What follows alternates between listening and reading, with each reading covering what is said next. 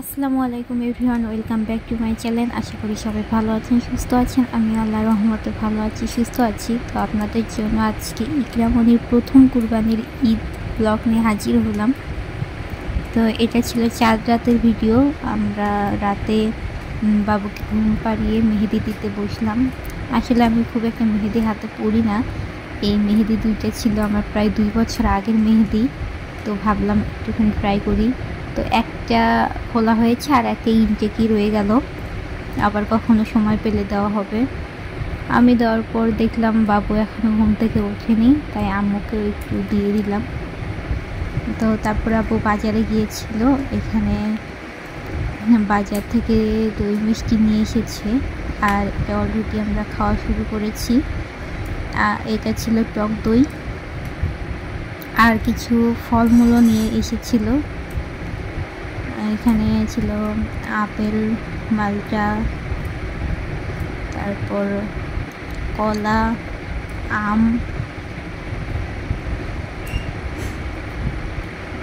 লিচু। এই লিচুগুলো খুব একটা মিষ্টি ছিল না, একেবারে পানসে ছিল। তারপরে এখানে আমার আন্টির বাসা থেকে পাঠিয়েছে কাঁঠাল, অনেকগুলোই প্রায় কাঁঠাল দিয়েছে। আমাদের পাশে কাঁঠাল কেউ খায় না, শুধুমাত্র আমার আব্বু আর শ্বশুর আব্বা খায়। আমি একদমই কাঁঠাল খেতে পছন্দ করি না। তো আপনাদের সাথে ইকরামনির ঈদের ড্রেস শেয়ার করতেছি। ইকরামনির আগেরও অনেক ড্রেস আছে যেগুলো এখনও ইনটেক আছে, খোলাই হয়নি। তো এই তো এটা ছিল ওর নানু ভাইয়ের পক্ষ থেকে।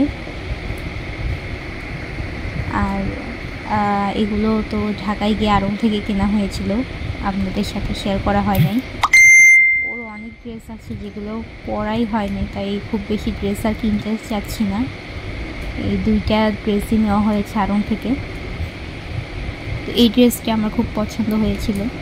আড়ংয়ে বেবিদের কালেকশন অনেক বেশি, তবে নিউবর্ন বেবিদের কালেকশন একদমই কম, খুব একটা ছিল না। তাই আমি 2টা বেছে বেছে নিয়ে এসেছি। এই ড্রেসটা আমার খুব পছন্দ হয়েছে। আর নিয়েছি এই ফতুয়াটা।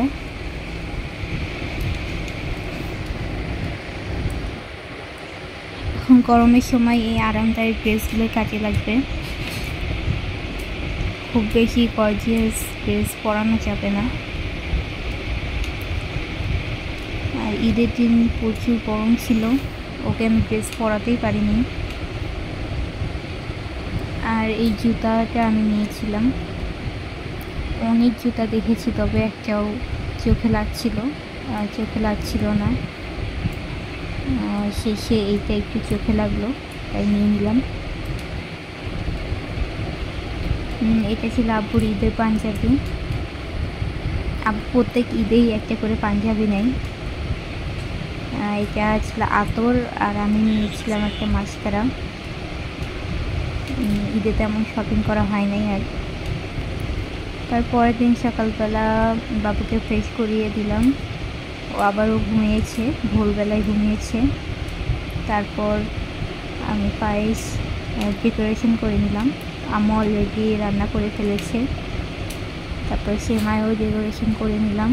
আর এই পিঠাগুলো তো গতকাল বানিয়েছিলাম, সেগুলো এখন ভেজে নিব।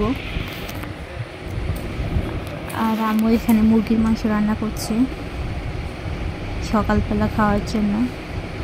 এরপর সবাই গোসল করে রেডি হয়ে নামাজে চলে গিয়েছে। আমরাও গোসল করে এখন একটু রেস্ট করছি। নামাজ শেষে কুরবানি করে একেবারে মাংস নিয়ে ফিরবে আপুরা। তারপরে সকালবেলা আমি একটু নাস্তা করে নিচ্ছি গতকালকের বানানো শাহী টুকরা দিয়ে। কুরবানির দিন দুপুরের খাবার খেতে খেতে একটু লেট হয়ে যায়। তো ঈদের দিনে আমার অনেক কাজ থাকে, তাই আর বাইরে কোথাও যাওয়া হয় না আমাদের। তবু আজকে চেষ্টা করব একবারের জন্য বের হতে। তারপরে খেয়ে দিয়ে আমরা রেস্ট করছিলাম। তারপরে আম্মু পেঁয়াজ কেটে নিল মাংস রান্নার জন্য, এখনও মাংস আসেনি। এখানে চালের রুটি বানাচ্ছে। আমি তারপরে চালের রুটিগুলো সেঁকে নিলাম। তারপরে বিকাল 4টায় আমাদের মাংস আসলো বাসায়। এখন মাংস মাখিয়ে নিচ্ছে সবাই মিলে, সব রকমের মশলা দিয়েছে। কুরবানির মাংসতে খুব বেশি মশলা দিতে হয় না, এমনিতেই অনেক মজা হয়।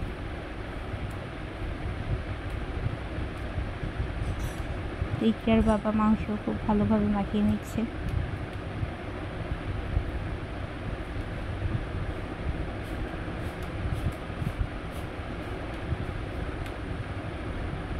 প্রথমে মাংসটা তুলে দিয়ে তারপর সব মাংস এক এক করে ভালোভাবে রেখে দেবে আম্মু।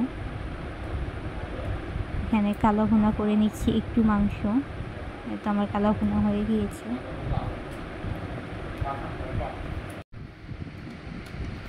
এখানে আমাদের মাংস রান্না হয়ে গিয়েছে আলহামদুলিল্লাহ। কুরবানির মাংস অনেক মজা হয়েছে। সবাই এখানে খেয়ে নিচ্ছে, কেউ রুটি খাচ্ছে, কেউ ভাত খাচ্ছে। তারপর আমরা 3 জন মিলে একটু বের হলাম বাবুকে নিয়ে, বাইরে অনেক বাতাস ছিল।